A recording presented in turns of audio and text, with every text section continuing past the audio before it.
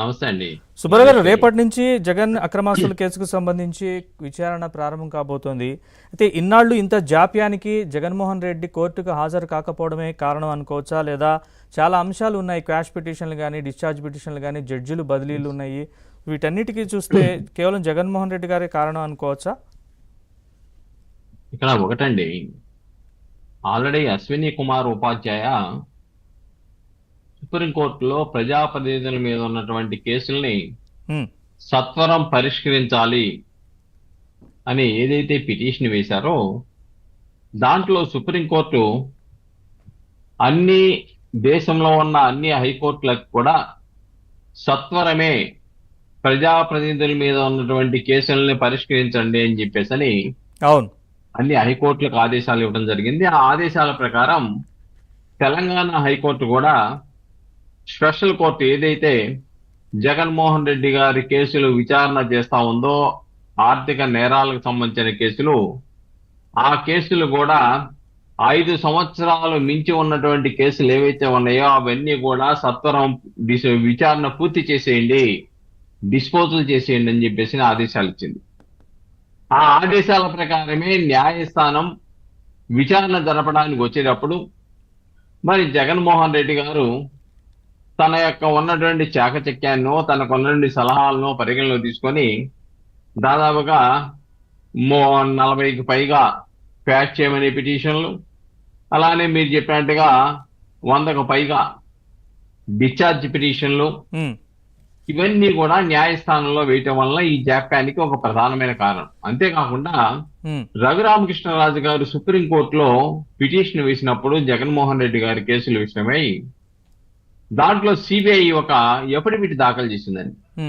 దాంట్లో వాళ్ళు చెప్పింది ఏంటంటే, ఇప్పటికే ఈ కేసుకు సంబంధించిన విచారణ ప్రారంభమయ్యేటప్పటికి 7 న్యాయమూర్తులు బదిలీ అయిపోయారు.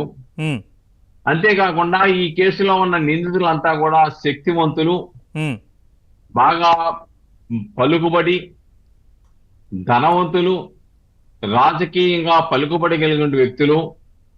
అంతేకాకుండా రఘురామ గారు వేసిన ఎస్ఎల్పి, ఒక్క నిమిషం సుబ్బారావు గారు, రఘురామ గారు వేసిన ఎస్ఎల్పి వేరే రాష్ట్రానికి బదిలీ చేయమని జగన్ కేసులో విచారణ, అదే కదా?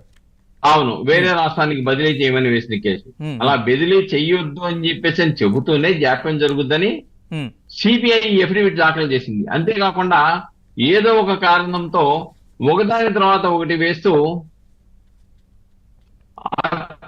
దేశంలోనే అత్యుత్తమ న్యాయవాదులను పెట్టి వాదనలు వినిపిస్తున్నారని కూడా చాలా స్పష్టంగా దాన్ని చెప్పింది. కాబట్టి రోజువారీ ప్రత్యేక కోర్టులు వేయాలి, తద్వారా సత్వరం పరిష్కరించాలని చెప్పటమే కాకుండా ఈ కేసుల్లో జగన్మోహన్ రెడ్డి తనకు అనుకూలంగా ఉన్న వ్యక్తులు ఎవరైతే ఉన్నారో, విజయసాయి రెడ్డి, వీళ్ళంతా ఉన్నటువంటి కేసుల్లో 911 మంది సాక్షులు ఉన్నారు.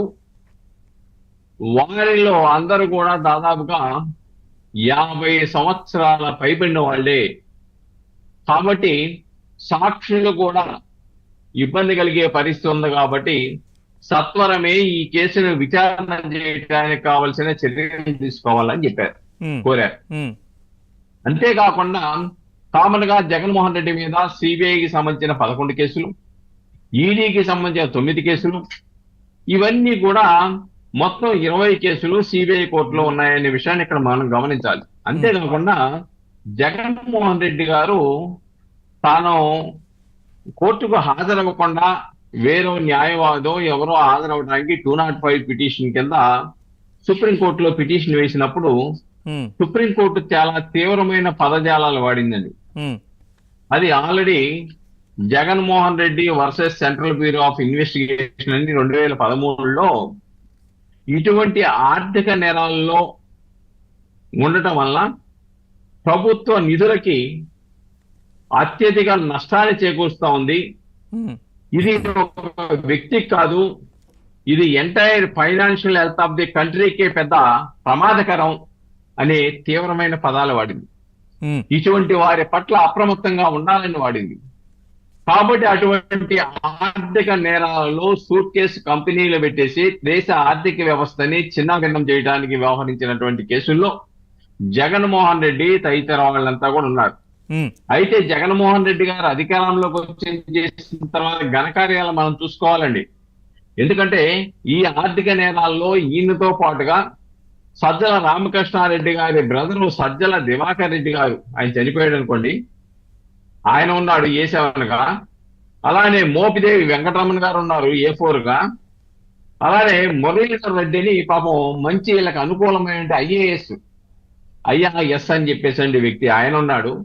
అలానే వైవి సుబ్బారెడ్డి గారు 3వ ముద్దాయిగా CBI కేసుల్లో ఉన్నాడు. ఆయనకి టీటీడీ చైర్మన్ పోస్ట్ కూడా ఇచ్చాడు, తర్వాత మారారు అనుకోండి, వేరే విషయం. అలాగనే అరవిందో ఫార్మా వీళ్ళతో పాటు కో-ఎక్యూజ్డ్గా ఉన్న ఆయనకి కాకినాడ సెజ్ నీ ఇష్టం వచ్చినట్టు డెవలప్ చేసుకొని నీ ఇష్టం వచ్చి దోచేసుకోమని ఆయనకి ఇచ్చారు. అలానే మరో కో-ఎక్యూజ్డ్గా ఉన్నటువంటి హెటిరో ఫార్మా అనే కంపెనీకి వాళ్ళు A4 గా ఉన్నాడు, ముద్దాయిగా, 4వ ముద్దాయిగా.